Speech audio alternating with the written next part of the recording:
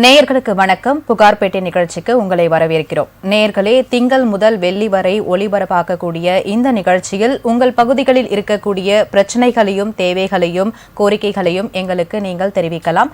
நீங்கள் தெரிவிக்க வேண்டிய தொலைபேசி எண்கள் 0444400166 இந்த எண்ணில் தொடர்பு கொண்டு உங்களுடைய பிரச்சனைகளை நீங்கள் தெரிவிக்கலாம். இன்று உங்களுடைய புகார்களுக்கு ஆலோசனைகளை தருவதற்காக நமது அரங்கத்தில் இணைந்திருப்பவர்கள் பொதுமக்கள் உரிமை விழிப்புணர்வு இயக்கத்தின் மாநில தலைவரும் சமூக ஆர்வலருமான திரு அழகர் செந்தில் சார். வணக்கம் சார். அடுத்ததாக உயர்நீதிமன்ற வழக்கறிஞரும் சட்ட ஆலோசகருமான திரு மணி கங்காதரன் சார். வணக்கம். வணக்கம் சார். சார், இன்னைக்கு அழகர் செந்தில் சார் உங்ககிட்ட இருந்து ஸ்டார்ட் பண்றேன். இன்னைக்கு ஆன்லைன் மோசடி அப்படின்றது படு தீவிரமா இருக்குன்னே சொல்லலாம். ஏன்னா டெய்லி இங்க நாங்க இடம் சேல் பண்றோம், இங்க இந்த லோன் உங்களுக்கு ப்ரைஸ் ஆஃபர் பண்ணியிருக்கோம், இவ்வளோ லேக்ஸ் உங்களுக்கு நம்பர்ஸை போட்டு மக்களை ஈஸியாக ஏமாத்துறது, அவங்கள கவர்ச்சிகரமான விளம்பரங்களை அனுப்பி ஏமாத்துறது அப்படின்றது நிறைய இருக்கு. இட மோசடியாக இருக்கட்டும், பண மோசடியாக இருக்கட்டும், பாலியல் மோசடியாக இருக்கட்டும், இந்த மாதிரி ஏகப்பட்ட வகையில் இந்த ஃபோன்களில் நிறைய கால் இப்போ படித்த மக்களே ஏமாறுறாங்க. அதிகபட்சமாக கிராமங்களில் உங்களுக்கு இவ்வளோ லோன் கிடைச்சிருக்கு அப்படின்னா ஏமாறுறது ஓகே. உங்களுடைய ஆதார் கார்டில் இந்த மாதிரி சரிபார்ப்பு இருக்குது, நீங்கள் வரணும் நேரில், இல்லைனா இந்த ஓடிபி சொல்லுங்கள் அப்படின்றது ஏமாறுறதுல, படிக்காதவங்க ஏமாறுறது ஓகே. இப்போ படிச்சவங்களும் நிறைய பணங்கள் ஏமாந்துருக்காங்க. சில பேர் கம்ப்ளைண்ட் கொடுக்குற அளவுக்கு தைரியம் வருது, சில பேருக்கு கம்ப்ளைண்ட் கொடுக்க முடியாமையும் போகுது. ஸோ இந்த மாதிரி மோசடிகளை தடுக்கணும், என்ன பண்ணலாம்? வணக்கம். அதாவது நான் பல முறை சொல்லியிருக்கேன். அதில் என்னன்னா, இப்போ ஆன்லைனில் நான் 2-3 வகை டைப் சொல்கிறேன். அதில் முதல்ல சொல்கிறேன், இப்போ எனக்கே ஒரு நாளைக்கு 5 கால் 6 கால் வருது, சிரிப்பாக இருக்குது. நான் என்ன பண்ணுவேன், இமீடியட்டாக அதை கால் அது எல்லாத்தையும் கேட்டுக்கிட்டு என்ன பேசுகிறான்னு கேட்டுப்பேன். ஃபர்ஸ்ட் பாயிண்ட் உங்களுக்கு ஒரு கொரியர் வந்திருக்கு, அந்த கொரியரில் ஏதோ பொருள் மிஸ் ஆகிருக்கு, ஏதோ பொருள் எக்ஸ்ட்ரா வந்திருக்குது, உங்கள் பொருள் இல்லை, இல்லீகலாக வந்திருக்குது, அதனால் நீங்கள் உடனே கால் பண்ணுங்கள் அப்படின்னு சொல்லி வரும். ரெண்டாவது, உங்களுக்கு ஒரு உங்கள் டெலிஃபோன் நம்பர் இன்னும் 2 நாள் லாக் ஆக போகுது, இமீடியட்டாக அதை சரி பண்ணணும்னா நீங்கள் உங்கள் மொபைல், ஏன்னா முக்கியம் எல்லாருக்கும் மொபைல், 2 நாள் உங்கள் மொபைல் லாக் ஆக போகுது, இமீடியட்டாக எங்கள் தொடர்பு போகுது, ஒன்று நமக்குங்கன்னு அதை அமைக்கிட்டிங்கன்னா நேராக அது வீடியோ காலுக்கு எதாவது போய்டும். ஸோ அப்போ யாரோ ஒருத்தவங்களை த்ரெட்டன் பண்ணுவாங்க. அதே மாதிரி இன்னொன்று சொல்லிடுறேன், என்னென்னா உங்கள் ஃப்ரெண்ட்ஸ் சர்க்கிள் நிறைய பேர் வீடியோ கால் பேசுகிற பழக்கம் இருக்கும். ஏன்னா உங்கள் சொந்தக்காரங்களாம் ஊரில் இருப்பாங்க, இல்லை அவங்க கூட அவங்க ஃபேஸை பார்க்கணும்னு ஆசைப்படுவீங்க. ரெகுலராக இருக்க நம்பர் தெரியாது. ஆனால் இதே புதுசாக நம்பரில் வீடியோ கால் வந்துச்சுன்னா தயவு செய்து மேக்ஸிமம் அட்டன் பண்ணாதீங்கன்னு தான் நான் சொல்லுவேன். ஏன்னா ஆப்போசிட்டில் திடீர்னு நியூடாக நிற்பாங்க, நீங்கள் அவங்க மறைஞ்சிடும், அப்போ நியூடாக நீங்கள் சேட் பண்ண மாதிரி ஆகிடும், ஃபேஸ் வரும். இந்த மாதிரிலாம் பண்ணுறாங்க, உங்கள் பேரை கெடுக்கிறதுக்கான வாய்ப்பு நிறைய இருக்குது. தயவுசெய்து இந்த மாதிரி நிறைய த்ரெட்டனிங் வருது. இந்த வகையான இது ஒரு வகையான ஆன்லைன் மோசடி. இந்த மாதிரி வந்தால் மக்கள் ஃபஸ்ட்டு என்ன பண்ணணும், போலீஸ்லாம் கூட ரெண்டாவது அந்த நம்பரை பிளாக் பண்ணி ரிப்போர்ட் ஸ்பேம், திருப்பி ட்ரூ காலரில் போயிட்டு இது ஃப்ராட், ஆன்லைன் ஃப்ராடு, இது செக்ஸ் ஃப்ராடு, இல்லைனா டிவி ஃப்ராடு, இல்லைனா அந்த மாதிரி என்ன சொல்லி பேசுகிறாங்களோ கொரியர் ஃப்ராடு அப்படின்னு கொரியர் ஃப்ராடுன்னு போட்டுருங்க. இப்படி போட்டிங்கன்னா அது அடுத்த ஆள் காலர் எடுக்கும்போது கொரியர் ஃப்ராடுன்னு தெரிஞ்சு போயிடும், உஷாராக இருப்பாங்க. ஒன்று. ரெண்டாவது, இன்னொரு இது என்ன கேட்டிங்கன்னா, ஆன்லைனில்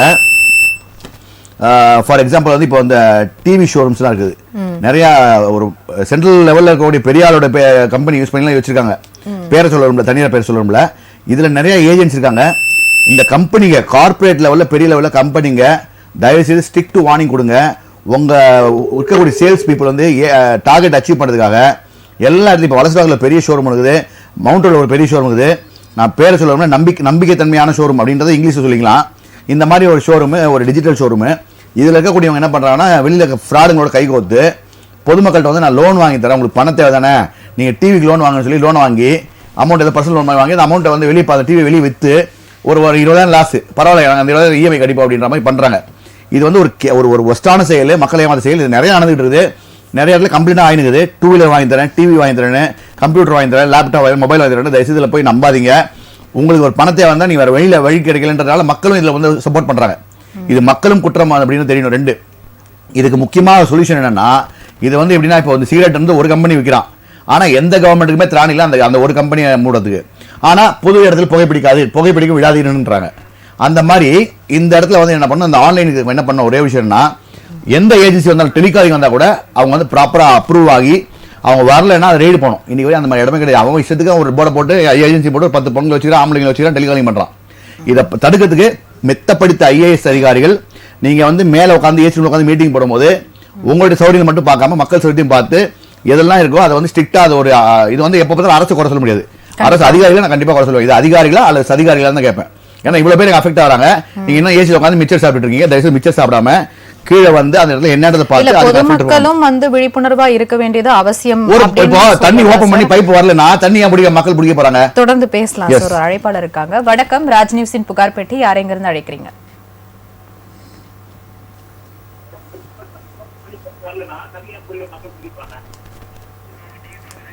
சார் வணக்கம், இணைப்புல வந்துட்டீங்க. தொலைக்காட்சியினுடைய சத்தத்தை குறைச்சிட்டு இங்க பேசுங்க. வணக்கம் மேடம். வணக்கம் சார், எந்த மாவட்டம், உங்க பெயர் என்ன? தென்காசி மாவட்டம், என் பேர் டேனியல். டேனியல், சொல்லுங்க சொல்லுங்க, உங்க புகார் என்ன? டேனியல், புகார் ஒண்ணும் இல்ல மேடம். அந்த ஒரு 40 சென்ட் இடம் இருக்குது. ம் அதுல வந்து என்னன்னா, ஒரு குடும்பத்துல ஒரு 6 பேர் இருக்கிறாங்க. ஓகே. 6 பேர்ல 3 ஜென்ஸ் 3 லேடிஸ். ம் அந்த 3 லேடிஸ்ல இப்ப வந்து அத பால்வனம்படிக்கை எதுவுமே பண்ணல. ம் வாரிசு சார்ந்து, அத அவங்க தாத்தாவுடைய இறப்பு சார்ந்து, பாட்டியோட இறப்பு சார்ந்து எல்லாமே ஒரு குறிப்பிட்ட ஒரு நபர்கிட்ட இருக்குது. குறிப்பிட்ட நபர் வாரிசா? ஆமா. ஓகே. ம் அப்ப அவங்களாவே அதை பத்திரம் போட்டுக்கிட்டாங்க தனித்தனியா. அதாவது இவங்களுடைய பாக்கி உள்ள 5 பேருடைய அனுமதி இல்லாம ம் ஒருத்தரும் தனித்தனியா செப்பரேட்டா, ஒருத்தர் அவர் மனைவி பேர்ல எழுதியிருக்காரு, ம் ஒருத்தர் வந்து அவருடைய பசங்க பேர்ல எழுதியிருக்காரு. அது போக பேலன்ஸ் லேண்டு கையிருப்பு அப்படின்னு போட்டு வச்சிருக்காங்க. சரி. இத வந்து அந்த பெண்களுக்கும் அது சரிசமமான அந்த உரிமை வந்துடல மேடம். ஆமா, கண்டிப்பா. அதை பத்தி தான். ஆமா. சரிங்க, அப்படி இணைப்புல இருங்க. திரு மணிகங்காதரன் சார். ஐயா வணக்கம். ஆங்க சார். இந்த 40 சென்ட் யார் பேர்ல இருக்கு? இங்க தாத்தா பேர்ல இருக்குது. தாத்தா பேர்ல இருக்கு. ஆமா, தாத்தாக்கு அதுக்கப்புறம் வந்து இப்போ இவங்கெல்லாம் தாத்தா பசங்களா? இவங்கெல்லாம் தாத்தாவுடைய பசங்க. எங்க அம்மா வந்து அதுல ஒரு அவங்களுடைய அக்கா. சரி, ஓகே ஓகே. இப்போ நீங்க வந்து இப்போ எங்க அம்மா 2 சித்தி இருக்காங்க. சரி, மொத்தம் 6 பேர் நீங்க? ஆமா, 6 பேர். சரி, ஓகே. இப்போ வந்து அந்த சொத்தெல்லாம் தாத்தா பேர்லயே பட்டா இருக்கா, வேற யார் பேர்ல மாறி இருக்கா? பத்திரம் தாத்தா பேர்ல தான் இருக்குது. தாத்தா சொந்தமா வாங்கினதா இல்ல ஆன்ஷியன் ப்ராப்பர்ட்டி? அது சொந்தமா வாங்கினதுதான். சொந்தமா வாங்கினதுதான். ஆமா. ஓகே. இப்போ தாத்தா இருக்காரா? தாத்தா இறந்துட்டாங்க. அவங்களுடைய டெத் சர்டிபிகேட் எல்லாமே, டெத் சர்டிபிகேட், வாரிசு சான்றிதழ் எல்லாமே நம்ம எடுத்து வச்சிருக்கிறோம். நாங்க கோர்ட்ல போட்டு வாங்கிருக்கீங்களா? ஆமா, எல்லாமே இருக்குது. ஓகே. இப்போ நீங்கள் ஒன்றும் பிரச்சனை கிடையாது. நீங்கள் வந்து இப்போ வந்து அதை டெத் சர்டிஃபிகேட், வாரிசு சர்டிஃபிகேட், அந்த பத்திரம் இருக்குல்ல, ஆமா, அந்த பத்திரத்தில் வச்சு நீங்கள் எல்லாருக்கும் ஒரு இப்போ யார் அந்த பொசிஷனில் இருக்காங்க? இல்ல சார், அதுலயா அது வந்து இப்போ ஒரு 3 பங்கமா பிரிச்சிருக்காங்க சார். 6 பேர். அது பெண்கள் எல்லாம் கையெழுத்து போடணும்ல. பெண்களை வந்து கூட்டாங்க கையெழுத்து போடுறதுக்கு. அவங்க என்ன சொல்லிட்டாங்கன்னா, எங்களுடைய பங்கு எனக்கு கொடுத்துருங்க அப்படின்னு சொல்லிட்டாங்க. சரி, ஓகே. இவங்க வந்து இல்லீகலா அதை சப்ரிஜிஸ்டரை இது பண்ணி இடைத்தரகரை வச்சு அவங்க வந்து செப்பரேட்டா அவங்க ஒரு 2 பேரும் அவங்களுக்குள்ள இதை போட்டு வச்சுக்கிட்டாங்க. சரி, ஓகே. நீங்கள் வந்து இப்போ நீங்கள் பார்ட்டிஷன் நீங்கள் நேரடியாகவே அந்த வாரிசு சர்டிஃபிகேட் வச்சு உங்கள் தாத்தாவோட பத்திரம் பட்டாலாம் வச்சு நீங்க பார்ட்டிஷன் போடுங்க, பாகப்பிரிவினை வழக்கு போடுங்க. அந்த தாலுகா சப்கோர்ட்ல நீங்க பாகப்பிரிவினை கேஸை நீங்க ஃபைல் பண்ணுங்க. பாகப்பிரிவினை வழக்கு போடணும்ங்கறீங்க? ஆமா ஆமா ஆமா. சரி சார். அது ஒரு 6 மாசத்துல சீக்கிரமா முடியும். இன் பிட்வீன்ல அவங்க அந்த 3 பேர் ரிஜிஸ்டர் பண்ணி வச்சிருக்காங்களா தனித்தனியா? அப்ப 2 பேர் தான் ரிஜிஸ்டர் பண்ணிருக்காங்க, ஒருத்தர் பண்ணல. சரி, ஓகே. நீங்க ஆர்டிஓக்கும் தாசில்தாருக்கும், ஆர்டிஓக்கு தாசில்தாருக்கு சப்ரிஜிஸ்டருக்கு ஒரு லெட்டர் அனுப்புங்க. சரி. இது வந்து இந்த பத்திரத்தை ரத்து பண்ண சொல்லி. சரி, ஓகே ஓகே. நன்றிங்க இணைப்புல வந்ததுக்கு. தொடர்ந்து நிகழ்ச்சியை பாருங்க. சரி சார். சார், நம்ம டாபிக் போகிறதுக்கு முன்னாடி ஒரு மனு பற்றி கேட்டுடலாம். திரு மணிகங்காதரன் சார், புருஷோத்தமன் அப்படின்றவர் வில்லிவாக்கம் சிக்கோ நகர்லேருந்து ஒரு மனு போட்டிருக்காரு, கடிதம் போட்டிருக்காரு. அதில் வந்து என்னென்னா, தமிழ்நாடு வீட்டு வசதி வாரியத்தில் வந்து அவருடைய தந்தை வந்து சுமார் 1200 சதுர அடியில் வந்து நிலம் வாங்கிட்டு அதில் பாதியை வந்து வித்துட்டாரு. பாதியில் வந்து தன்னுடைய 2 மகன்களும் வந்து வசிச்சு வராங்க. அந்த தந்தை வந்து இறந்துடுறாரு. அதுக்கப்புறம் தந்தை இறப்புக்கு முன்னாடி என்ன பண்ணியிருக்காரு, மகன் வழி பேரன்களுக்கு வந்து சொத்து எழுதி வச்சுட்டு போறாரு. அந்த சொத்து வந்து ஆனா நகல்களை தரல, மகன்கள் கிட்ட தரல. இப்போ அந்த வழக்கறிஞருடைய அட்ரஸ், நம்பர் இதெல்லாம் மட்டும் தெரிஞ்சிருக்கு. ஸோ அந்த வழக்கறிஞர் கிட்ட போய் அந்த உயில் எழுதுற நகல் கேட்டா அவர் இல்ல அப்புறம் தர இப்ப தர அப்படின்னு சொல்லிட்டு இருக்காரு. ஸோ இப்போ அந்த உயில் எழுதின நகலை நான் எப்படி பெற முடியும் அப்படின்னு சொல்லிட்டு சட்ட ஆலோசனை கேட்டிருக்காங்க. சரி, ஓகே. எந்த ரிஜிஸ்டர் ஆஃபீஸ் வருதோ அந்த ரிஜிஸ்டரை பார்த்து, இப்போ ஆல்ரெடி அது ரிஜிஸ்டர்டா அன்ரிஜிஸ்டர்டா தெரியும், நம்ம அதை பாருங்க. பத்திரம் எழுதி கொடுத்துட்டு தான் சொல்லியிருக்காரு. பதிவு பண்ணிருக்கலாமா? ஆமா. வாங்கினது வந்து அரசாங்கத்துக்கிட்ட இருந்து வாங்கியிருக்காங்க, தவணை முறையில வாங்கியிருக்காங்க இடத்தை, தமிழ்நாடு வீட்டு வசதி வாரியத்துல. சோ தவணை கட்டி தான் அந்த பத்திரத்தை முழுமையா கையில அது ஓகேமா. உயில் எது இருக்குல்ல, அந்த உயில் உயில பதிவு பண்ண மாட்டாங்க, அப்படியே வச்சிருப்பாங்க. அது பதிவு பண்ணாலும் தெரியும், பரவாயில்ல. தெரிஞ்சு இருந்தா இல்ல இல்லன்னா என்னன்னு சொல்றேன். இருந்துச்சுன்னா அந்த சப் ரிஜிஸ்டர் கிட்ட இவங்க எந்த வருஷம் பதிவு பண்ணாரோ அது ரிப்போர்ட் கொடுத்து அவங்களே ஒரு காப்பி கொடுப்பாங்க. அப்படி இல்லாத பட்சத்தில் வந்து அப்படி பார்த்து அந்த கெசட்டில் பார்த்து சொல்லுவாங்க. அப்படி இல்லைன்னா அது வந்து இதில் நம்ம ஈஸியில் தெரியாது உயில் பண்ணது. நீங்கள் சப் ரிஜிஸ்டரை பார்த்து ஒரு லெட்டர் கொடுத்தாலும் பண்ணாங்களா பண்ணலையான்னு தெரிஞ்சிடும். இப்போ வந்து அவர் உயில் எழுதிட்டேன், பேரன்கள் பேர்ல உயில் எழுதிட்டேன், அது வந்து இந்த வழக்கறிஞர்கிட்ட இந்த தகவல் இருக்குன்னு சொல்லியிருக்காரு. இப்போ அடுத்த கட்டமா அவர் வந்து அந்த எந்த ஜூரிஸ்டிக்ஷன்ல வந்து சப் ரிஜிஸ்டர் அவர் அங்கே தான் போய் அந்த ஒரு லெட்டர் அங்கே சப் ரிஜிஸ்டர் கிட்ட போய்ட்டு ஒரு லெட்டர் கொடுத்தா அவங்க டீட்டெயில்ஸ் எல்லாம் கொடுப்பாங்க. சரி, ஓகே. திரு புருஷோத்தமன் சார், உங்களுக்கு இன்னமும் விலாவரியா தெரியணும் அப்படின்னா நிகழ்ச்சியை யூடியூப்லயும் பாருங்க, இல்லைன்னா உங்களுக்கு இன்னமும் தகவல் வேணும் அப்படின்னா தொலைபேசி மூலமா தொடர்பு கொள்ளுங்க. அடுத்த ஒரு அழைப்பாளர் இருக்காங்க, பேசிடலாம். வணக்கம், ராஜ் நியூஸின் புகார் பெட்டி. யார் எங்கிருந்து அழைக்கிறீங்க? வணக்கம்மா, எந்த மாவட்டம், உங்க பெயர் என்ன? தூத்துக்குடி மாவட்டம். சொல்லுங்க, உங்க பெயர் என்ன? கமலா. கொஞ்சம் சத்தமா பேசுங்க. கமலா. சொல்லுங்க, உங்க புகார் என்ன? அது எனக்கு வந்து அம்மா பேர்ல ஒரு பட்டா இருந்துச்சு. அது வந்து இலவச பட்டாவா கொடுத்துருக்காங்க. அதுல வந்து லோனு ஏற்கனவே அந்த இதை வச்சு லோன் வாங்கினாங்க, அதை சப்ஸ்டியூட் இது பண்ணிட்டாங்க, ரத்து அந்த ஃபோர்ஜரின்னு சொல்லி பண்ணியிருக்காங்கன்னு சொல்லி எல்லாம் ஆர்டர்லாம் அனுப்பிவிட்டாங்க. ஆனா திருப்படி என்ன பண்றாங்க, அது இறந்தவங்க பேர்ல மாத்த முடியுமா இல்ல நம்ம இருக்கிறவங்க பேர்ல மாத்த முடியுமா? சரி, அப்படி இணைப்புல இருங்கம்மா. திரு கங்காதரன் சார். ஆமா, சொல்லுமா சார். அது வந்து இது கொடுத்துருக்காங்க அந்த பட்டா, அதுல வந்து அம்மா வந்து இறந்துட்டாங்க, அது இறந்தவங்க பேர்ல மாத்த முடியுமா இல்ல? இப்போ அந்த பட்டா வந்து அந்த இடம் எப்படிமா வந்துச்சு? வாங்கின இடமா இல்ல பாகப்பிரிவில் வந்த இடமா? இல்லம்மா, அது இது கொடுத்தது, கவர்மெண்ட் கொடுத்த இடமா? ஆமா. சரி, ஓகேம்மா. இப்போ அந்த பட்டா வந்து இப்போ நீங்க வந்து உங்க பேர்லயே நீங்க மாத்திக்கலாமா? அவங்க அம்மா இறந்து எவ்வளவு நாளம்மா ஆகுது? அது இறந்து 3 வருஷம் ஆகுது சார். நீங்க அந்த வாரிசு சர்டிஃபிகேட்லாம் வாங்கிட்டீங்களா? வாங்கிட்டேன். நீங்க வச்சு நீங்க இதே உங்க பேர்லயே மாத்திங்க, அம்மா பேர்ல மாத்தணும்னு அவசியம் கிடையாது சார். 10 வருஷம் ஆகணுமா சார்? அதான் கேக்குறேன். ஆகும்மா. நீங்க அந்த பட்டா வந்து உங்க பேர்ல ட்ரான்ஸ்ஃபர் பண்ண சொல்லி நீங்க ஒரு மனு கொடுங்க. சரி. தாசில்தார்கிட்ட கொடுங்க, விவோ கிட்ட கொடுங்க. ஆர்ஐக்கு முதல்ல வந்து நீங்க விவோ பாருங்க. நீங்க பாருங்க, அவங்க வந்து உங்களுக்கு ட்ரான்ஸ்ஃபர் பண்ணி கொடுப்பாங்க. சரிங்க சார்.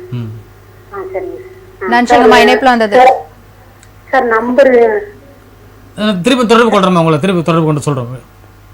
சரிங்க சார். சரி. நன்றிங்கம்மா தொடர்பு கொண்டதுக்கு. தொடர்ந்து நிகழ்ச்சியை பாருங்க. திரு அழகர் செந்தில் சார், நம்ம அந்த மோசடிகளை பத்தி பேசிட்டே இருக்கோம், அதுக்குள்ள வந்து ஒரு செய்தி பாருங்க. முகநூலில் பெண் போல் பழகி டிரைவரிடம் 1,60,000 ரூபாய் பணம் பறித்து மோசடி. ரொம்ப கம்மி. டிப்ளமோ இன்ஜினியர் கைது.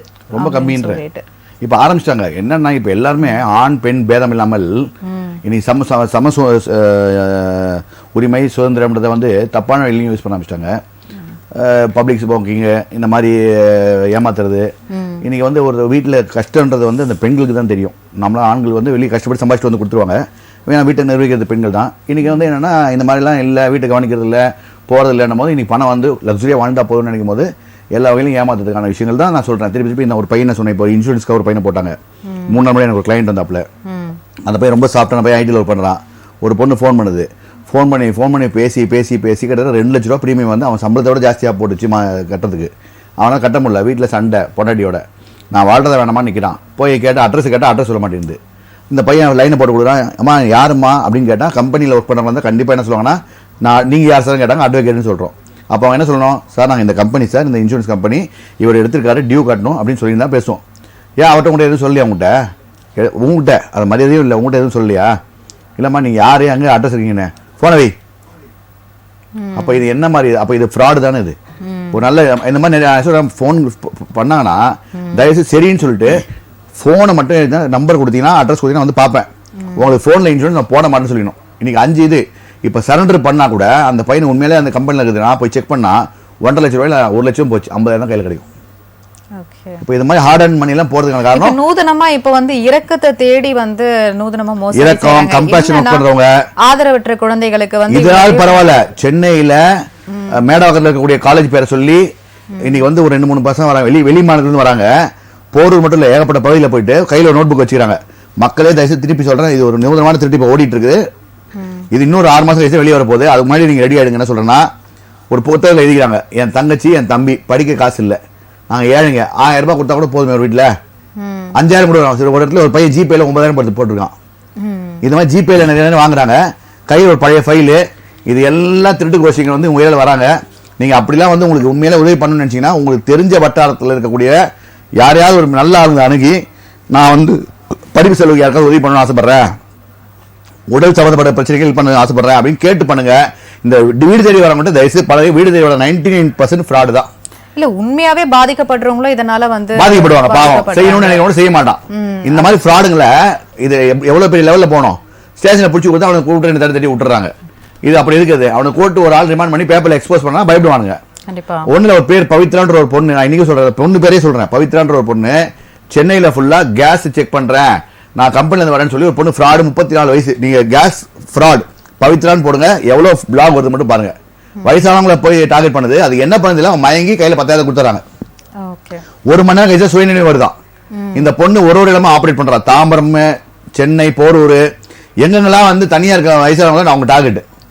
சோ தயவு செய்து சொல்றேன், இந்த பவித்ரான்ற பொண்ணு பேரை கூட மாத்தலாம். 30 இருந்து 38 வயசுக்குள்ள இருக்கா அந்த பொண்ணு.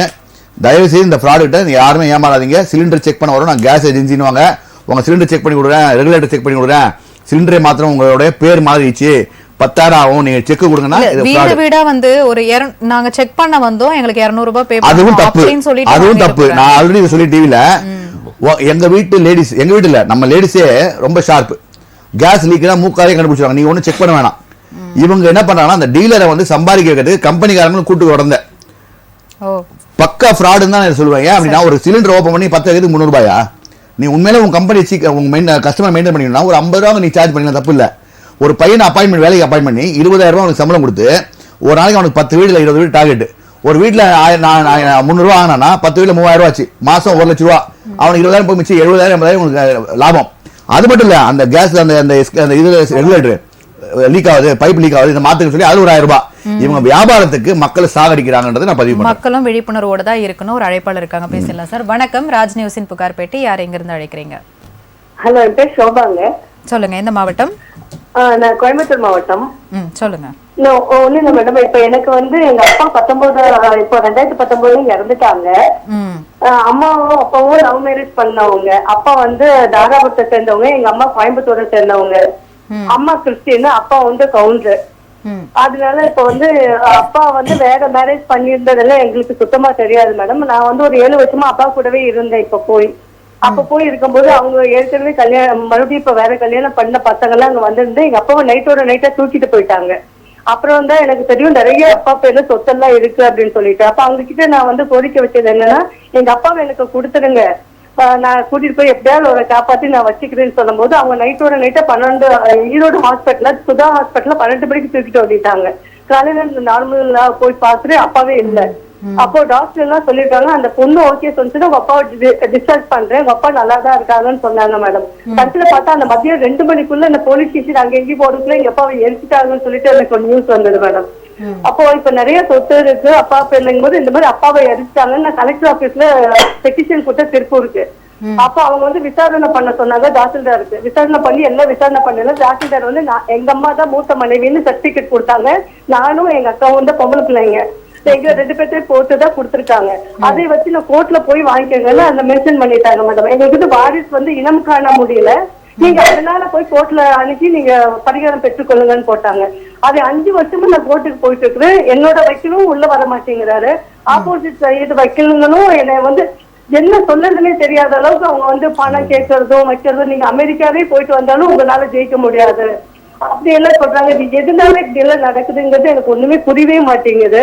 இப்ப எனக்கு வாரிசு சர்டிபிகேட், அப்ப நான் சொல்றேன், அப்போ எங்கிட்ட 5 லட்சம் ரூபாய் கொடுங்க, ஒரு சொத்து மேல எல்லாத்து மேலேயும் நம்ம கோர்ட்ல ஆர்டர் வாங்கி வைக்கலாம் அப்படின்றாங்க ஒரு வக்கீல். இது இன்னொரு வக்கீல்கிட்ட சொன்னேன், அதை எப்படி நீங்க வாரிசே இருக்கிறீங்களா இல்லையா தெரியாம நீங்க எப்படி அறை செய்வீங்க, அப்போ எப்படி சுத்தினாலும் நம்மள வந்து எதுலயுமே அது சேர்க்க மாட்டேங்கிறது. அப்படி எப்படி தாசில்தார் அத்தனை பேரும் சைன் பண்ணி விசாரணை பண்ணிதான் மேடம் எனக்கு அந்த பேப்பர் கொடுத்துருக்காங்க. அந்த ஒரு பேப்பரை வச்சுட்டு நான் வந்து கேஸ் போட்டு இப்ப பண்ணிட்டு இருக்கேன். எனக்கு வந்து மன உளைச்சல் தான், அவ்வளவு மன உளைச்சல்ல இருக்காங்க. இப்ப 2வது வைஃபா இருக்கிறவங்க அவங்க என்ன ஏதுன்னு எனக்கு தெரியாது. இப்ப எல்லா சொத்தையும் அவங்கதான் அனுபவிச்சுட்டு இருக்காங்க. நானும் என்னோ பொம்பளை பிள்ளைங்களா இருக்கும், எங்களால போராடவே என்னால முடியல. இதுக்கு என்ன நீங்க ஏதாவது ஹெல்ப் பண்ண முடியுமா? சரி சரி, அப்படியே இணைப்பில் இருங்கம்மா. திரு மணிகங்காதரன் சார். அம்மா வணக்கம்மா. வணக்கம் சார். அவர் இறந்து எத்தனை வருஷம் ஆகுது சார்? இப்ப 2019 சார். 2019. ஆமாங்க சார். முதல் தாரத்தை மனைவி பசங்க நீங்க? ஆமாங்க சார். ஆமாங்க சார், நாங்க தான். ஆமாம்மா. இப்போ நீங்க நீங்க கிறிஸ்டின்ல, இப்போ கிறிஸ்டின்ல இருக்கீங்களா இந்துவா இருக்கீங்கம்மா நீங்க? நாங்க இந்து தான் சார், அம்மா தான் கிறிஸ்டியன் சார். சரி சரி சரி. இப்போ செகண்ட் தாரம் எப்பமா கல்யாணம் பண்ணாரு? அதெல்லாம் எங்களுக்கு தெரியாது சார். பசங்க இருக்கா உங்களுக்கு? பையன் ஒண்ணு பொண்ணு ஒண்ணு இருக்காங்க சார். அப்ப உங்க கூட இருந்தாரு, அவங்க கூட இருந்தாருமா? சார் இப்ப வந்து அப்பா ஊருக்குள்ள, அவங்க ஊருக்குள்ளதான் இருந்தாங்க. எங்களை வந்து கோயம்புத்தூர்ல பாக்கறதும் எங்களுக்கு ஹெல்ப் பண்ணது வைக்கிறது அந்த மாதிரி தான் சார் நாங்க இருந்தோம். அவங்களுக்கு எதனா எழுதி கொடுத்துக்காரமா அப்பா? சார் அவர் எழுதி கொடுத்தாரு, என்னன்றதுல எங்களுக்கு தெரியல. ஆனா சொத்து ஃபுல்லா இப்ப அவங்க அப்பா இறந்ததுக்கு அப்புறம் அவங்க அதுக்கு முன்னாடியே ரேகம் வாங்கி அப்படி எல்லாம் அவங்க பதிஞ்சுக்கிட்டாங்கிறது எனக்கு ஊருக்குள்ள எல்லாம் போய் விசாரிச்சதுல தெரியும் சார். சரிம்மா. ஆமா, இப்ப உங்களுக்கு வந்து வாரிசு சர்டிபிகேட் தானே வேணும்? வாரிசு சர்டிபிகேட்டும் வேணும், அந்த சொத்துலயும் நீங்க முதல்ல இப்ப எந்தெந்த சர்வே நம்பர் உங்களுக்கு தெரியுமா? இடம் எங்க இருக்குன்னு தெரியுமா? தெரியும் சார், தெரியும் சார், எல்லாமே தெரியும். சரி, நீங்க அந்த சர்வே நம்பர் இருந்துச்சுன்னா அந்த ரிஜிஸ்டருக்கு ஒரு லெட்டர் அனுப்புங்க. அனுப்பிட்டேன் சார், எல்லாமே அனுப்பிட்டீங்களா? அதே மாதிரி வந்து ஆர்டிஓக்கு ஒரு இது அனுப்புங்க. இதை வந்து யாரும் பதிவு பண்ணக்கூடாது, இது வந்து நாங்க வாரிசுதாரன்னு சொல்லி ஒரு லெட்டர் அனுப்புங்க ஆர்டிஓக்கு, தாசில்தாருக்கு. சார் நான் அனுப்பிட்டேன் சார், எல்லாமே அனுப்பிட்டேன் சார். அவங்க என்ன சொல்லிருக்காங்க, என்னை கூப்பிட்டு விசாரணை பண்ணி நீங்க கோர்ட் ஆக்ஷனோட வாங்க. சரி, அது நான் வாங்கிக்கிறேன். இது வந்து ப்ரொகேஷனா இது நாங்க கொடுக்குறோம்னு நீங்க சொல்லுங்க கேட்டாங்கன்னா. இப்போ 2வது வந்து வாரிசு சர்டிபிகேட் நீங்க யார்கிட்ட அப்ளை பண்ணீங்க? வாரிசு சர்டிபிகேட் கோர்ட்ல அப்ளை பண்ணிருக்கேன் சார். இல்லம்மா, விஓஆர்ஏ பாத்தீங்களா? ஆமா ஆமா. அவங்க ரிப்ளை என்ன கொடுத்தாங்க? எங்க அம்மா தான் மூத்த மனைவி, இவங்க 2 பேரும் மூத்த வாரிசுங்கன்னு சொல்லி கொடுத்துருக்காங்க. Okay okay. இப்போ வந்து கோர்ட்ல வந்து எங்க டிஸ்ட்ரிக்ட் கோர்ட்ல போட்டிருக்கீங்களா நீங்க? அங்க இல்லைங்க சார், காங்கேயம் கோர்ட்ல. டிஸ்ட்ரிக்ட் வந்து திருப்பூருங்க சார், அது வந்து காங்கேயத்துல போட்டிருக்கேன். சரிம்மா. அவங்க கோர்ட்ல என்னம்மா ஃபைல் பண்ணிருக்கீங்க?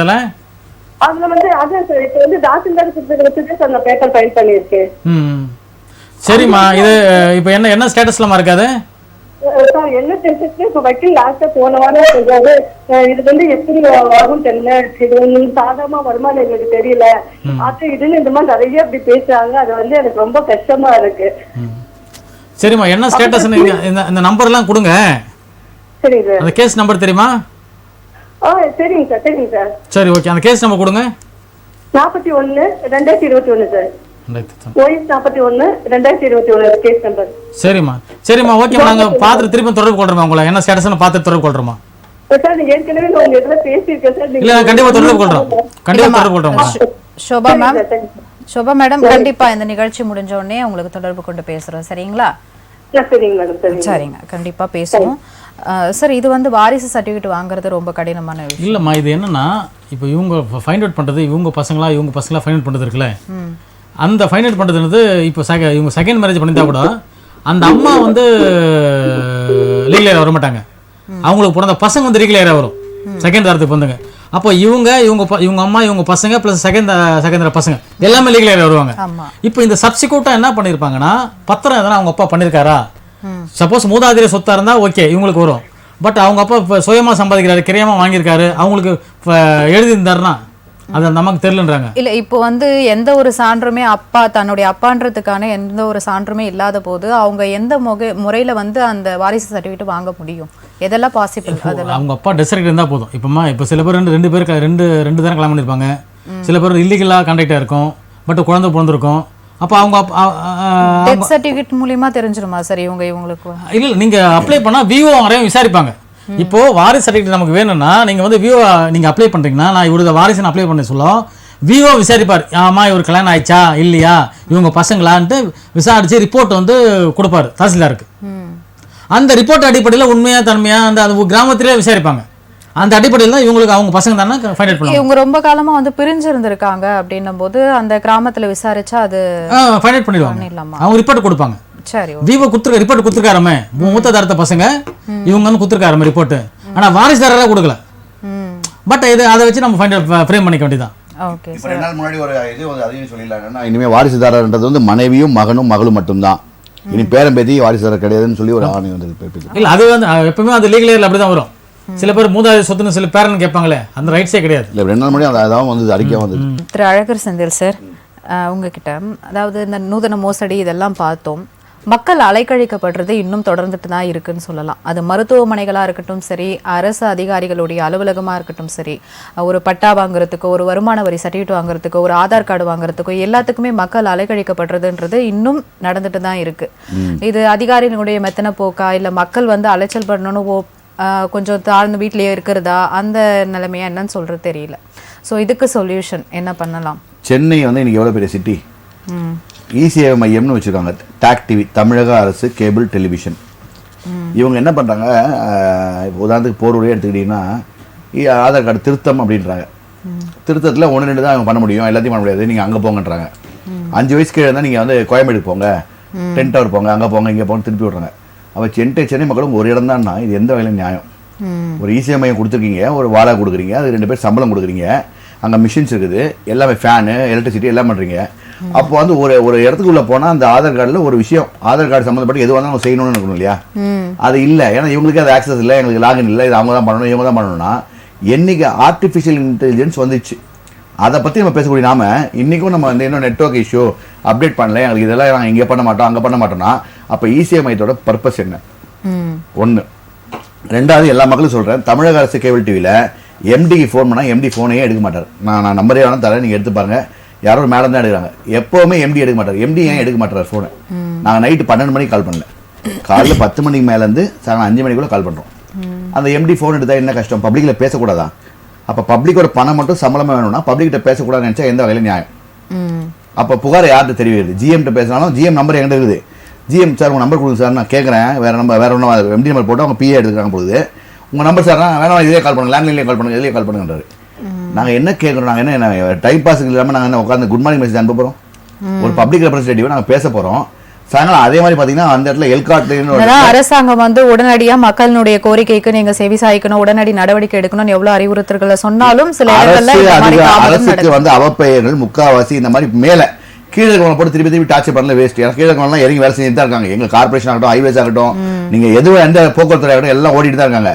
மேல இருக்கவங்க சரியே கிடையாது. அந்த டாப் லெவலில் இருக்கவங்க, அந்த டாப் லெவலில் இருக்கவங்க சரி பண்ணாலே போதும், இவங்க சரியாயிடுவாங்க. ஆனா இந்த ஒரு வாட்டி அலையும் போது அதே மாதிரி எல்கார்டு எடுத்துட்டீங்கன்னா அந்த பட்டா மாறுதல் இந்த மாதிரி விஷயங்கள்லாம் நம்ம பண்றோம் இல்லையா? இதுலயும் போய் பாத்தீங்கன்னா 5:50க்கு மேல அந்த ஆபீஸை மூடிடணும். ஆனா என்ன பண்றாங்கன்னா இன்னைக்கு சிட்டில நான் சேலஞ்ச் பண்றேன், நீங்க மக்கள் புகார் கொடுங்க, காலைல வந்து உட்காந்தா பிஸியா இருக்கு, சிஸ்டம் ஒர்க் ஆகல, நீங்க சாயங்காலம் 5 மணிக்கு மேல வாங்கன்னு சொன்னா அவன் பக்கா ஃப்ராடுன்னு அர்த்தம். 5:50க்கு மேல ஒருத்தர் வர வச்சு அங்க காசு பாக்குறாங்க, அநியாய வேலை போக்குறாங்க, 2000, 5000, 10,000, 1 லட்சம் வரைக்கும் சம்பாதிக்கிறாங்க. இது மாதிரி ஆளுங்க ஐடென்டிஃபை பண்ணுங்க, மக்களை ஏமாத்தக்கூடியதோ, இதனால அரசுக்கும் அவப்பெயர் வரும். அதனால இந்த மாதிரி 5:50 மேல யாரெல்லாம் இந்த மாதிரி பண்ணி வந்து சாயங்காலம் 5:50 மேல கதவை திறந்து வச்சு வியாபாரம் பண்றானோ இல்லீகல் ஆக்டிவிட்டி அவன் கேஸை ஃபைல் பண்ணுங்கன்றது நான் பதிவு பண்றேன். மக்கள் அவங்ககிட்ட அப்ரோச் பண்ணி கொடுக்காதீங்க. இது நாளைக்கு டாக்குமெண்ட் செல்லாது, இன்னைக்கு வேணா அவன் காசு வாங்கிட்டு ஓடிடலாம், திருப்பி டாக்குமெண்ட் ஃபேக் லீகல் கூட பண்றதா பெரிய இஷ்யூஸ் வருது. ஸோ இதை வந்து விஜிலன்ஸோ இல்லை யாரும் கண்காணிக்கணுன்றதையும் நான் பதிவு பண்றேன்.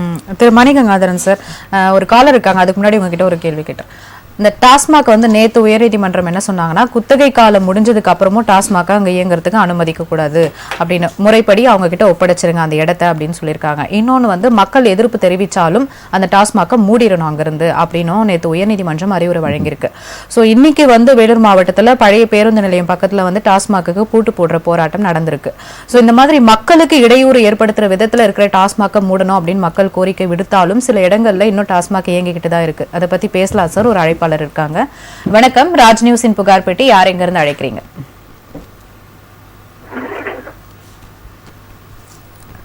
வணக்கம். வணக்கம் சார், இணைப்புல வந்துட்டீங்க. உங்க பெயர் சொல்லுங்க, எந்த மாவட்டம்? எந்த மாவட்டம் சார்? மாவட்டம் வந்து அசட்டுக்கு வந்து ராம்நாத் டிஸ்ட்ரிக்ட். அது நாங்க மூத்ததாரம் மேடம்.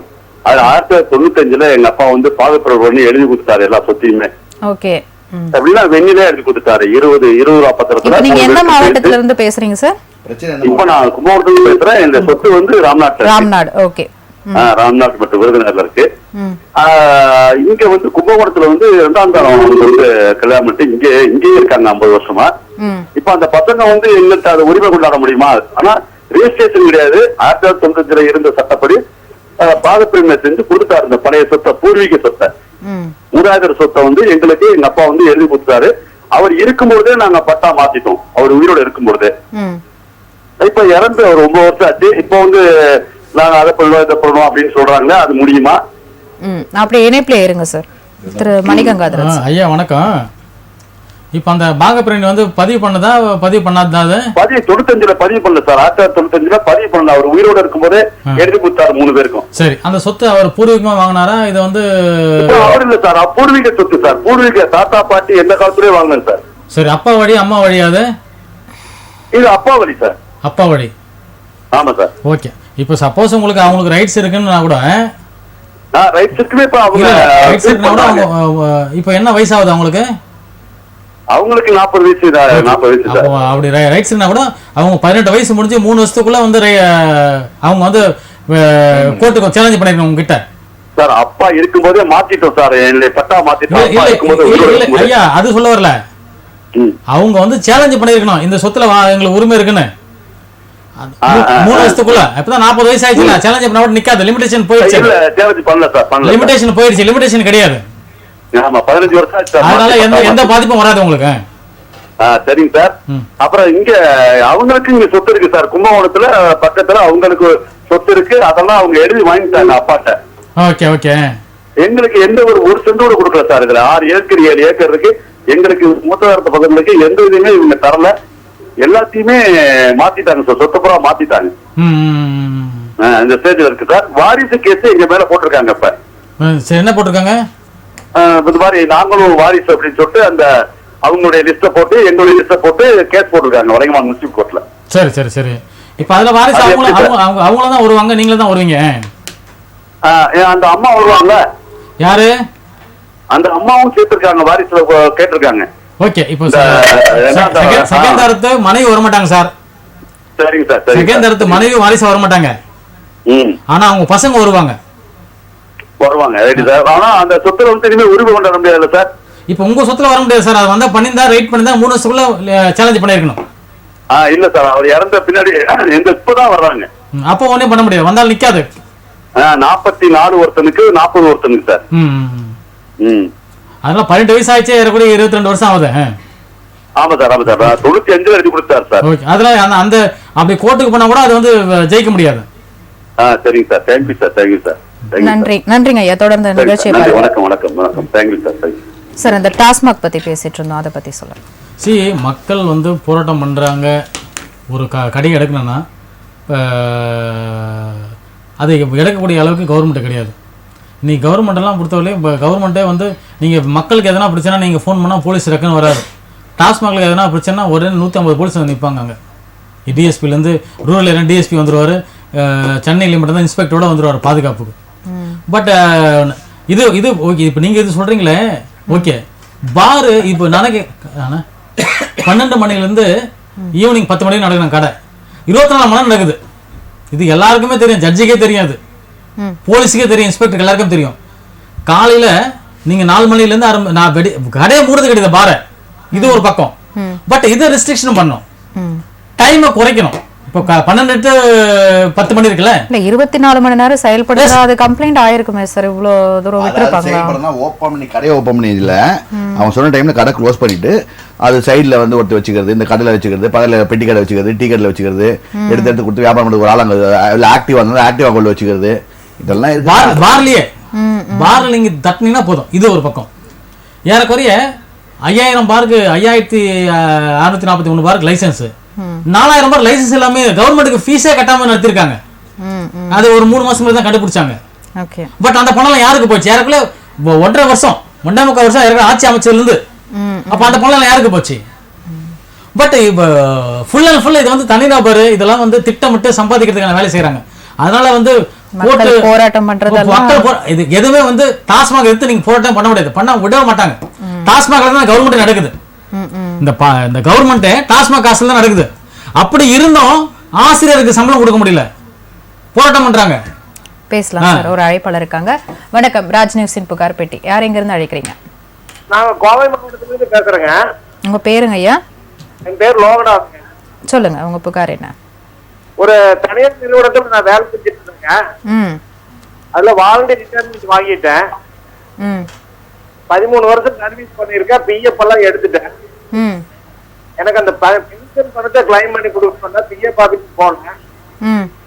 உங்களுக்கு பென்ஷனா தான் வருங்க, அந்த அமௌண்ட் வராதுங்க அப்படிங்கிறாங்க. எனக்கு அந்த பென்ஷன் வந்தாதான் என்னோட வாழ்வாதாரத்துக்கு நான் வந்து 56 வயசு ஆச்சுங்க. ஏதோ ஒரு சொந்த தொழில் பண்ணிக்கலாம் அப்படின்னு பிஎஃப் அமௌண்ட் வாங்கிட்டீங்களா? பிஎஃப் அமௌண்ட் வாங்கிட்டேங்க. எனக்கு அந்த பென்ஷன் பணம் தான் வேணுங்க. சரி, மணிகங்காதரன் சார். ஐயா வணக்கம். வணக்கம். சொல்லுங்க ஐயா.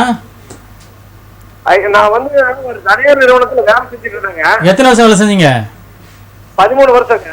சரி, எங்க எந்த ஏரியா, எந்த மாவட்டம்? கோவை மாவட்டங்க. சரி, ஓகே. பிஎஃப் பணம் வாங்கிட்டாங்க, பென்ஷன் பணத்தை கேக்குறாங்க.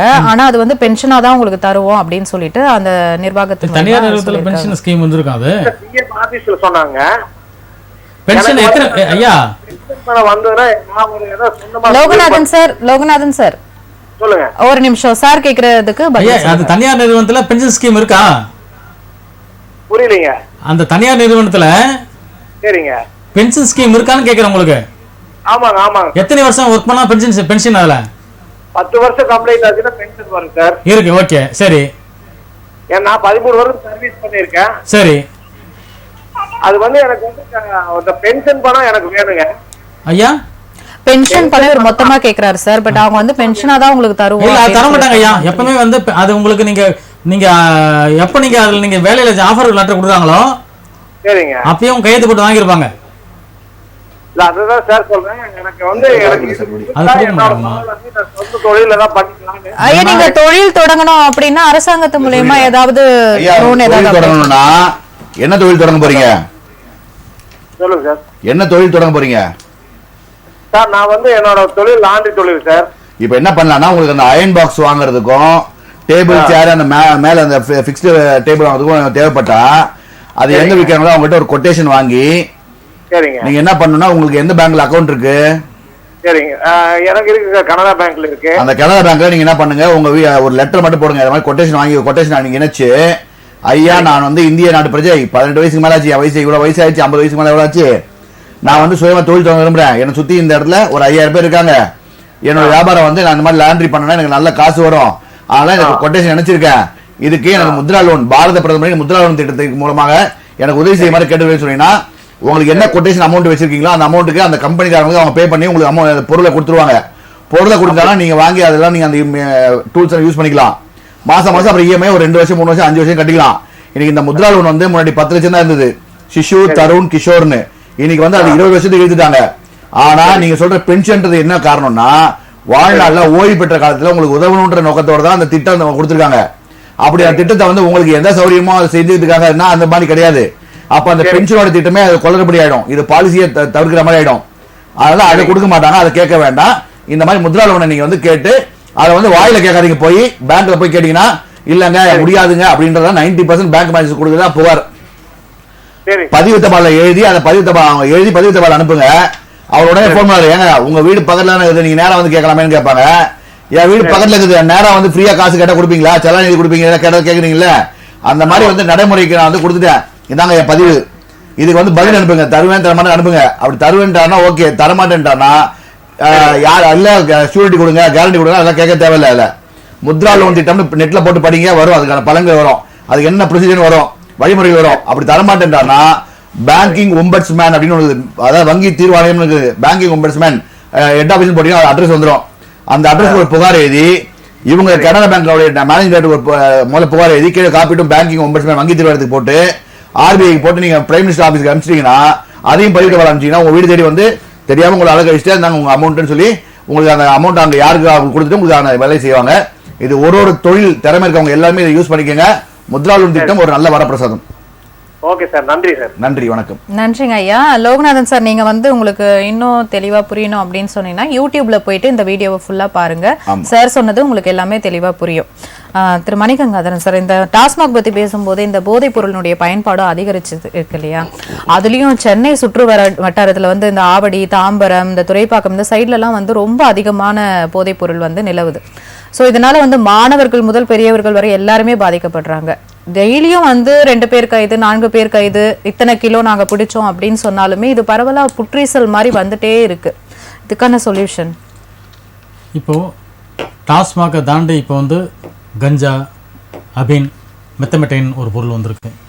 இப்போ வந்து இதெல்லாம் வந்து பார்த்தீங்கன்னா வந்து இதில் சேல் பண்ணுறவங்க எல்லாருமே வந்து யார் யார் கன்சம்ஷன் பண்ணுறாங்களோ அவங்களாம் சேல் பண்ண ஆரம்பிச்சிட்டாங்க ஃபுல்லாகவே. இப்போ வந்து காலேஜ், ஸ்கூலு எல்லா இடத்துலையும் போயிடுச்சு. அப்போ வந்து இப்போ ஸ்ட்ரிக்டாக வந்து இப்போ இவங்க தனியாக ஒரு விங்கெல்லாம் போடுறாங்க, ஒரு காவல்துறையிலையும் ஒரு விங்கு போடுறாங்க. ஆனால் பட் எல்லாமே காசை வாங்கிட்டு விட்டுறாங்க. அவங்களுக்கு ஒரு 4 கேஸு பிடிச்சா போதும் தான் நினைக்கிறாங்களே தவிர இதை வந்து ஒழிக்கணுன்ற எண்ணமே கிடையாது. இப்போ நீங்கள் ஸ்ட்ரிக்டாக நீங்கள் வந்து நீங்கள் ஆட்சி கையில் இருக்கு, காவல்துறை நினச்சா 24 மணி நேரத்தில் தமிழ்நாட்டில் கஞ்சா இல்லாத பண்ணலாம். ஆனால் புற்றூசில் வரையும் கிராமம் வரையும் உள்ள எங்கே போனாலும் கிராமத்தை வரையும் ரீச் பண்ணிட்டாங்க இந்த கஞ்சா. இதனால என்ன, குறைந்த 20 ரூபாய் 30 ரூபாயில ராஜ போதை கிடைக்குது. இன்னைக்கு வந்து ட்ரிங்க்ஸ் பண்றவங்க எல்லாமே கம்மியாயிட்டு இந்த இந்த ட்ரிங்க்ஸ் பண்ணவங்க ரொம்ப கம்மியாகிட்டாங்கன்னு சொல்லிட்டு இடையில ஒரு பெரிய எம்டி எல்லாம், ஒரு பெரிய டாஸ்மாக் எம்டி எல்லாம் ஒரு கூடுதல் ஆய்வு பண்றாங்க. அப்ப ஆய்வு பண்ண சொல்ல எல்லாம் கஞ்சா கன்சம்ஷன் பண்றாங்க அப்படின்னு ஒரு ரிப்போர்ட்டை கொடுக்குறாங்க. அப்போ வந்து அப்ப பாத்துங்க, இதுல ஆச்சரியப்படுறதுக்கு என்ன விஷயம்னா கல்லூரி மாணவர்கள் வந்து சேல் பண்றாங்க. எஸ், அப்போ எப்படி அவங்களுக்கு இது கிடைக்குது? உங்களுக்கு என்னன்னா யாராரு பிடிக்கிறாங்களோ இப்போ வந்து நீங்க 100 டீலர் 100 பேரை வித்துருந்தாங்கன்னா பரவாயில்ல, எவன் பிடிக்கிறான் அவனும் பிடிக்கிறான். இப்போ நான் இப்போ ஒருத்தர் கன்சம்ஷன் பண்றான்னா 10 பொட்டல வாங்குறான், 5 விற்கிறான், அவன் 20 வாங்குறான் விற்கிறான். இப்போ நான் கேட்கிறேன், எங்க இது நான் கேட்கிறேன், ஒரு இடத்துல வந்து தான் எல்லாத்துக்கும் போது டிஸ்ட்ரிபியூட் ஆகுது. அப்போ அந்த மெயினான டீலர் யாரு? 2-3 இடத்துல தான் வந்து ஒரு மாவட்டத்துக்கு வருதுன்னா ஒரு இடத்துல தான் வருது. அந்த பெரிய டீலர்லாம் என்ன பண்றான், பணம் கொடுத்துட்டு போயிடறான். இங்க ஒரு பொட்டல் 2 பொட்டல் வைக்கிறான் பாருங்க, அவன் தான் மாட்டிக்கிட்டு அவங்க கிட்ட போலீஸ் கிட்ட இது பண்ணிட்டு அவங்கள தான் போலீஸ் பிடிக்கிறது, அவங்க கிட்ட தான் போலீஸ் போடுது. இதெல்லாம் எல்லாமே போலீஸுக்கு தெரிஞ்சதான் நடக்குது, ஆட்சியாளருக்கு தெரிஞ்சதான் நடக்குது. கண்டுபிடிக்கணும்னு நினைச்சா 24 மணி நேரத்துல ஒழிக்கலாம். ஆனா இன்னைக்கு வந்து இப்போ காலேஜ் எஸ்ஆர்எம் காலேஜ்ல பார்த்தோன்னா ஹாஸ்டல்ல சர்ச் பண்றாங்க. இங்க இந்த நம்ம வேசரப்படி பக்கத்துல இந்த கொடியூர்ல வீட்லயே தயாரிக்கிறாங்க பசங்க, பட் அதோட பொருள் எல்லாம் வச்சு. அப்ப எப்படி நீங்க பாத்துட்டு இருக்கீங்க என்ன நடக்குது? இந்த ஏறக்குறைய இந்த ஒரு 6 ஆண்டுகளா இந்த ரொம்ப சீரம், இப்ப இந்த கடந்த 3 ஆண்டுகள் ரொம்ப தீவிரமா போயிட்டு இருக்குது. சரி, பேசலாம் சார். ஒரு அழைப்பாளர் இருக்காங்க. வணக்கம், ராஜ் நியூஸின் புகார் பெட்டி, யார் எங்க இருந்து அழைக்கிறீங்க? வணக்கம் மேடம், ராணிப்பேட்ல இருந்து அவருகர கிராமத்துல இருந்து செல்வராஜ் பேசுறேன் மேடம். சொல்லுங்க சார். இங்க நான் வீடு கட்டி 5 வருஷம் ஆகுது. ஸ்ட்ரீட் லைட்லாம் வந்து 5 வருஷமா வரி கட்டிட்டு தான் இருக்கேன். ஆனா இங்க வந்து பாத்தீங்கன்னா ஒரு ஸ்ட்ரீட் லைட்டோ ஒரு ஸ்ட்ரீட்டோ பண்ணி தர மாட்டேன்றாங்க. இதை பத்தி நான் கலெக்டர் ஆஃபீஸ்ல மனு கொடுத்தாச்சு, பஞ்சாயத்து தலைவர்கிட்ட மனு கொடுத்தாச்சு. நடவடிக்கைன்னு சொல்லிட்டு ஒரு வருஷத்துக்கு முன்னாடி ஸ்ட்ரீட் லைட்டுக்கான ஒயர் மட்டும் தள்ளி விட்டாங்க. இப்ப அது வந்து ஸ்ட்ரீட் லைட் போட்டு கொடுங்கன்னாலையும் கண்டுக்க மாட்டேன்றாங்க. அதை பண்றேன், பஞ்சாயத்துல காசு இல்லை அப்படின்னு சொல்றாங்க. பத்தாத்துக்கு 2500 ஏக்கரா மொத்தம் இது வந்து இந்த ஊர் நல்ல பஞ்சாயத்து. இந்த 2500 ஏக்கராவுமே வந்து பாத்தீங்கன்னாக்கா பட்டா எல்லாமே இருக்கு பல வருஷமா. இதுக்கு ஏதாச்சும் நடவடிக்கை, ஏதாச்சும் பட்டா வாங்குறதுக்கான வாய்ப்புகள் இருக்கா? இந்த பஞ்சாயத்து தலைவர் அணுகிறது எப்படி? எத்தனை குடும்பங்கள் அங்க வசிக்கிறீங்க சார்? ஒரு பஞ்சாயத்து மேடம் இருக்கிறதுல வேலூர் மாவட்டத்துல பெரிய பஞ்சாயத்து நவலாக்கு. ஒரு கொஞ்சம் ஒரு பஞ்சாயத்தை பொறுத்த வரைக்கும் ஒரு 35,000 ஓட்டு இருக்குன்னு வச்சுங்களேன். அங்க வந்து யாருக்குமே பட்டா இல்லைன்னு சொல்றீங்க? இல்ல, பட்டா இல்ல. சரி, இப்போ உங்களுக்கு தெரு விளக்கும் வந்து வசதி ஏற்படுத்தி தரலன்றீங்க? ஆமா. சரி, அப்படியே இணைப்புல இருக்கு திரு அழகர் செந்தில் சார். நீங்க சொல்ற இடம் வந்து என்ன இடம்? இது பட்டா இல்லன்னா ராணிப்பேட்டை மாவட்டம். என்ன இடம்னு கேட்டாது, புறம்போக்கு இடமா இல்ல நீங்க வந்து இது என்ன சொல்றாங்கன்னா, இதை போய் கேட்டா என்ன சொல்றாங்கன்னா, இது வந்து திருவண்ணாமலை வேலூர் மாவட்டத்துல இருந்து ராணிப்பேட்டை மாவட்டம் இப்ப பிரிஞ்சுது. சரிங்க. தெரியறதுக்கு முன்னாடி வேலூர் மாவட்டத்துக்கு முன்னாடியே வந்து எல்லா பத்திரமும் வந்து திருவண்ணாமலை மாவட்டம் தான் இருக்குங்க. சரிங்க. அது வரைக்குமே ரிஜிஸ்டர் ஆயின்னு இருக்கு. அதுக்கப்புறம் நவாப் பண்றவர் வந்து என்ன பண்றாரு, இது எங்க சொத்துன்னு அவர் போய் கேஸ் போடுறாரு. சரிங்க. அந்த கேஸ் போட்டதுனால வந்து ஸ்டே ஆர்டர் வாங்கிட்டாங்க. யாருமே வந்து ரிஜிஸ்டர் பண்ணக்கூடாதுன்ற மாதிரி நிப்பாட்டிட்டாங்க. இப்ப என்னன்னா அடுத்த கட்டம் வந்து நாங்க லோன் வாங்கணும், குழந்தைங்களோட படிப்பு செலவுக்கு பணம் இப்ப நீங்க இருக்கீங்கல்ல, இல்ல இப்ப நீங்க ஒரு இடம், உங்களுக்கு ஒரு இடம் இருக்குல்லங்க, ஆமா, அந்த இடம் வந்து நீங்க காசு கொடுத்து யார்கிட்ட காசு கொடுத்து வாங்குனீங்க? எனக்கு முன்னாடி வந்து ஊர் தலைவர்கிட்ட வாங்கணும். அவரு வந்து 2 ஏக்கரை வாங்கி லேஅவுட் போறதுக்கு முன்னாடி சம்பத்ன்றவர்கிட்ட வாங்குறாரு. சம்பத்ன்றவர் யாரு? திருவண்ணாமலை மாவட்டத்தோட பத்த வச்சுங்கிறாரு. சம்பத்ன்றவர் யாரு? இந்த இடத்தோட ஓனர், ஓனர் அவர் தான். சரி, இப்ப நான் நீங்க சொல்லி பஞ்சாயத்து தலைவர் எப்படி அணுகுறதுன்னு கேக்குறீங்க. பஞ்சாயத்து தலைவர் உங்க ஏரியாக்குள்ள தான் இருக்க போறாரு. அவர் போய் ஏன் நீங்க நேரம் இல்ல ஒரு நிமிஷம் சொல்லிடுறேன், நீங்க கேட்டு சொல்றேன். அவர் எப்படி அணுகணும்னு கேட்டீங்க அந்த கேள்வி. இதுல அணுகுறதுல வந்து 2 முகம் நல்லா இல்லாட்டி நல்லா பேச நேரம் போய் கேட்கலாம். நீங்க ஒரு 10-20 குடும்பம் இல்ல 50 குடும்பம் நீங்க சொல்றீங்க 100 குடும்பம் கூட போய் சேர்ந்து இது ஏன்னா உங்களுக்கு மட்டும் தலைவலி இல்ல, அந்த ஏரியாவுக்கு எல்லாருக்கும் தலைவலி பட்டா இல்லைன்னா அப்போ ஒரு மீட்டிங்கை போட்டு நீங்க எல்லாம் வாங்க ஒரு 50 பேர் சேர்ந்து நம்ம போய் பார்ப்போம் அப்படின்னு கேட்டு நீங்க அவனை போய் பார்க்கலாம். நேராக வீடு அவங்க பஞ்சாயத்து தலைவர் அந்த பஞ்சாயத்து தான் வீடு.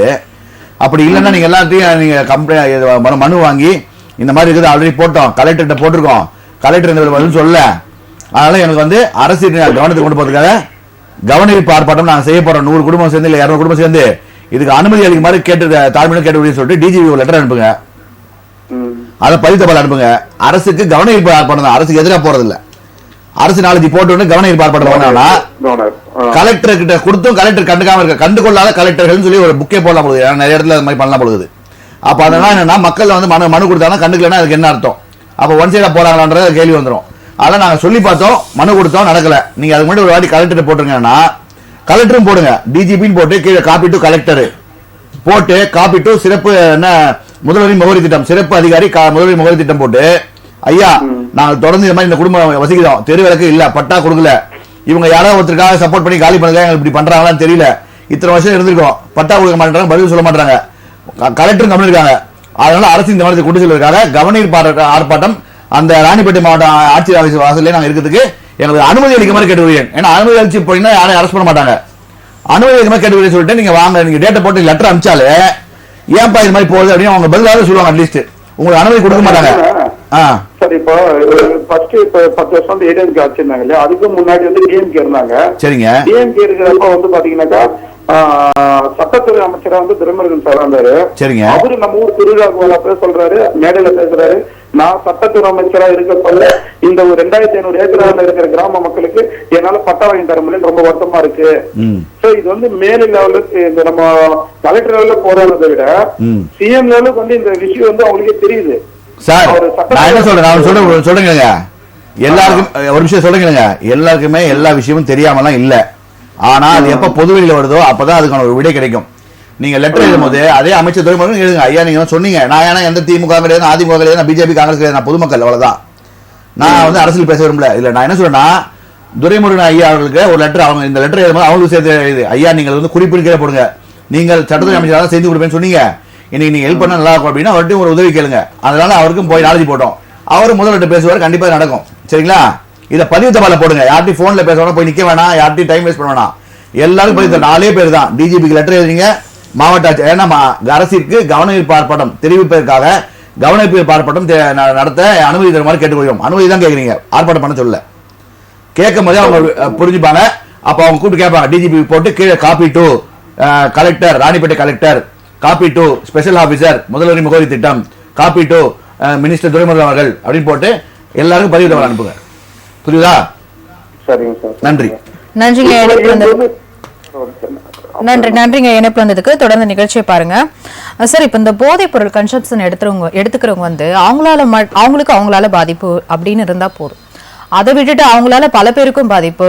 நேத்தினுடைய செய்தியில வந்து ஒரு பேக்கரியில போய் நைட்டு 12 மணிக்கு வந்து டீ இல்லைன்னு சொல்லிட்டு கடை ஊழியர்கள் 2 பேரை சரமரியா தாக்கி இது அவங்க எதுவுமே பண்ணாம பாவப்பட்டவங்க அவங்க ஏன் அடி வாங்கணும் இவங்களால அப்படின்றது, இந்த மாதிரி நிறைய பாதிப்புகள் இருக்கு. போலீஸ் அடிக்கிறாங்க, ஒரு எஸ்ஐ அடிக்கிறாங்க, 2 கான்ஸ்டபிள் அடிக்கிறாங்க. தமிழ்நாடு முழுக்க வந்து பப்ளிக்கே சாதாரண ஜனங்கள் அடிக்க போய் போலீஸே அடிக்கிறாங்க. போலீஸுக்கே பாதுகாப்பு இல்லை. அந்த போதையில் அவன் என்ன பண்றானே தெரியல. அடுத்த நாள் வந்து அவன் கை கட்டி மன்னிப்பு கேட்கறது அவன் 2வது பழைய ஃபேஷன் ஆகி போச்சு. நான் என்ன கேட்கறேன்னா இதுவாது பரவாயில்ல, இதாவது இந்த டாஸ்மாக் இந்த எல்லாம் சொல்றீங்களா, அதுக்கு அடுத்து முன்னாடியே சொல்றேன், தமிழக மக்களுக்கு ஒரு வேண்டுகோள், இனிமே தயவுசு உங்க பிள்ளைங்களுக்கும் உங்க பேர பிள்ளைங்களுக்கும் பேத்திங்களுக்கும் சொல்லுங்க, பர்த்டே சாக்லேட் கொடுக்குற பழக்கம் வச்சுக்க வேண்டாம். இந்த இது வந்து ஒரு பெரிய சூசகமான விஷயம் நடந்துகிட்டு இருக்குது. பர்த்டே சாக்லேட்ல நாங்கெல்லாம் குழந்தைங்களா இருக்கும்போது பேரி, நியூட்ரின் இந்த மாதிரி ஒரு 4-5 பிராண்டு தான் ப்ராப்பர் பிராண்ட் இருந்தது. இன்னைக்கு 100 வந்து இஷ்யூ வருதுனால இந்த 100 இஷ்யூல வந்து அன்பிராண்டட் உள்ள வராங்க. அன்பிராண்டட் உள்ள வரதுனால என்ன ஆகுதுன்னா போதையை கலந்து கொடுத்துட்டாங்க, அந்த பிள்ளைங்க அடிக்ட் ஆயிடும், ஸ்கூல் பிள்ளைங்களே. அதனால இனிமே வந்து உங்க பிள்ளைங்க பர்த்டே கொடுக்குறாங்க வீட்டுல செஞ்சு கொடுத்த பலகாரங்களை கொடுத்து அனுப்புங்க, எல்லாருக்கும் ஷேர் பண்ணிட்டோம். இல்லைன்னா பொம்மையோ இல்ல ஃபிளவரோ கொடுத்து கிஃப்ட் கொடுக்க சொல்லுங்க. இனி சாக்லேட்டை வந்து எங்க தெரியாத இடத்துல வாங்கி கொடுத்தாங்கன்னா இது மூலமா பிள்ளைங்க அடிமையாக வாய்ப்பு இருக்கு. ஒண்ணு ஒரு அழைப்பாளர் இருக்காங்க சார், நிகழ்ச்சியினுடைய இறுதி அழைப்பாளர் பேசிடலாம். வணக்கம், ராஜ் நியூஸின் புகார்பேட்டை, யார் எங்க இருந்து அழைக்கிறீங்க? வணக்கம் சார், இணைப்புல வந்துட்டீங்க, உங்க பெயர் சொல்லுங்க, எந்த மாவட்டம்? சரிங்க, கொஞ்சம் சத்தமா பேசுங்க. சொல்லுங்க சொல்லுங்க, உங்க புகார் சொல்லுங்க. தனபாலன் கோவை மாவட்டங்க. தொலைக்காட்சியை பார்க்காம இங்க தொலைபேசியில கவனத்தை வச்சு பேசுங்க. கோவை மாவட்டம் மேடம். ஐயா சொல்லுங்கய்யா, 3வது சொல்றீங்க, 4வது சொல்லுங்க, விஷயம் சொல்லுங்க. ஐயா எங்க மாமியார் வந்துங்க ஒரு 2 ஏக்கரை பூமி இருக்குதுங்க. சரி, அது வந்து மாமனார் இறந்து 8 வருஷம் ஆச்சுங்க. சரி. அது 2 பொண்ணுங்க, பசங்க இல்லைங்க. என்னோட வயசு வந்து சின்னவங்க. அவங்க அக்கா ஒண்ணு இருக்குதுங்க. அவங்க அக்காங்களுக்கு தான் எல்லாமே சப்போர்ட் பண்ணிட்டு இருக்கிறாங்க. அவங்க அக்காவுக்கு 2 பசங்க, எனக்கு 2 பசங்க. சரி. ஆனா கிட்டத்தட்ட 28 வருஷமா எங்களுக்கு ஒரு 10 பைசா கூட எங்களுக்கு எந்த ஒரு சொத்தில் சேவமா வேணும் சொல்லுங்க. சரி சரி, அப்போ உங்களுக்கு வந்து உங்களுடைய மாமியாருடைய சொத்து வந்து வேணும்ன்றீங்க. தோட்டத்தை பாகம் பங்கி கொடுக்க மாட்டேங்கிறாங்க. சரிங்க, அப்படியே இணைப்புல இருங்க. மாமியார் வீடு இருக்காங்களா? என்னங்க மாமியார் வீடு இருக்காங்களா? ஆமாங்க, மாமியார் மட்டும்தான் இருக்குங்க. இல்ல, மாமியார் வீடோட இருக்காங்கன்னு கேக்குறேன். ஐயா கொஞ்சம் பேசுறத கேட்டீங்கன்னா உங்களுக்கு விடை கிடைக்கும், நீங்க பேசுங்க விடை கிடைக்காது. மாமியார் ஊரோட இருக்காங்களா? ஆமாங்க ஆமாங்க ஆமாங்க இருக்காங்க. அப்போ வந்து அவங்க சொத்து எதனா உங்களுக்கு மூத்த பொண்ணுக்கு எழுதி கொடுத்துருக்காங்களா? சொத்து வந்து பட்டா மட்டும் மாறுதல் பண்ணிருக்கீங்க. லோன் ஏதாவது வேணும்னாலும் அவங்க பேர்ல போய் வாங்கிக்கிறாங்கண்ணா. இல்ல, உங்க மாமியார் மூத்த உங்க உங்க உங்க மனைவியோட அக்காவுக்கு எழுதி கொடுத்துறாங்கன்னு கேக்குறேன் சொத்து. அப்படி ஏதாவது தண்ணீர் வாங்குறது எங்களுக்கு வந்து கிட்டத்தட்ட வருமானம் இல்லை. சரியான உங்களுக்கு வந்து சந்தேகமா தான் இருக்கு, அவங்களுக்கு சொத்து எழுதி கொடுத்துருக்காங்களோன்னு சந்தேகமா தான் இருக்கு, அப்படிதானே? நீங்க நேரடியாவே கேட்கலாம்ல அவங்க கிட்ட, உங்களுக்கு சொத்து பங்கு வேணும்னு.